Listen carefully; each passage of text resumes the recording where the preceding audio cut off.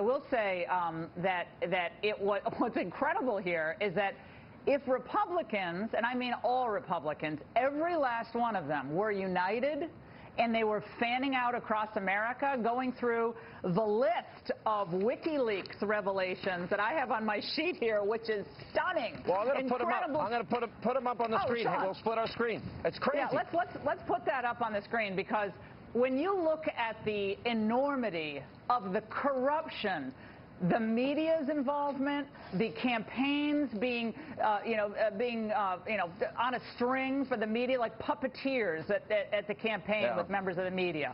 All the other things you have there, the Hillary saying I have a public and private position, what they've said on so many issues. Interpret that. She's admitting she lies. I'm going to tell you one thing in public, but in private, I'm going to tell you something totally different. And we have specific instances that she does it over and over again. It's hilarious on one level. Yeah, and also, Sean, when she's talking about she wants a better relationship with Russia, and she hopes we can have a better relationship with Putin. Now she criticizes Trump at various times for indicating we don't want to be at war with Russia. Of course, now as President Obama is basically threatening war with Russia, looks like wag the dog to a lot of people. But Sean, think about it. If every Republican, with that graphic up on the screen, if every Republican went coast to coast and all they did was talk about the corruptocrats in the Clinton campaign and what they would do to America, if that's all they did, and then talked about how Trump's plan for prosperity and tax reform would create jobs and opportunity, would be up 10 points. Okay, here's a problem.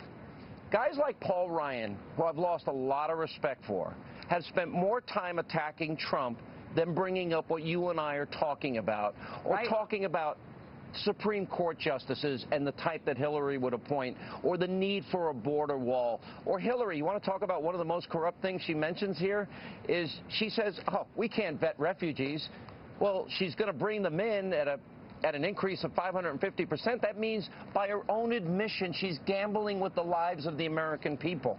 Why isn't Paul Ryan talking about that? I think in 23 days, win, lose, or draw, we need a long conversation about whether or not he should be Speaker of the House.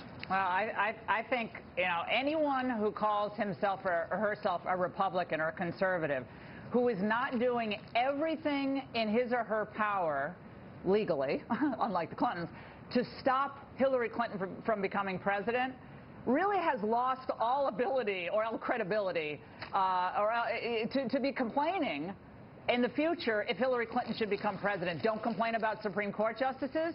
Don't complain about anemic GDP. Don't complain about anything, because when you could have worked to stop her, you were dumping all over Trump every chance you got, or sitting on the sidelines and hoping secretly and texting your friends, aha, Trump's behind. I don't want to hear from any of these people. If Hillary Clinton wins this, God help our country, but don't complain when you spent most of your time going after Donald Trump. They own it. And I'm going to tell you, and Paul Ryan and Republicans have been more critical of Donald Trump than they've ever been about Obama, than they've ever been about Hillary. And frankly, their weakness created Donald Trump. Their broken promises helped create Donald Trump. Yeah, he's a symptom of what they didn't do for the people. Sean, just one more thing. In the Veritas tape, what they did was they were basically making fun of mentally ill people, because they were saying, we throw out these mentally ill people to create these disruptions. Homeless people. Lots of stuff. And homeless. Yeah, exactly. I got to tell you, we'll get to more of that tomorrow night. By the way, James O'Keefe told me today that tomorrow's tape is going to be bigger than today, so we'll see. Yeah. Will CNN cover it? Will MSNBC cover it, Sean? That's the question. No, the CNN has operatives that give questions to their favorite liberals before debates and town halls. Thank you, Donna Brazile. And then MSNBC literally takes verbatim questions before Hillary Clinton interviews and then reads it verbatim. Unbelievable. Sleazy. Sleazy. All right, cut me up.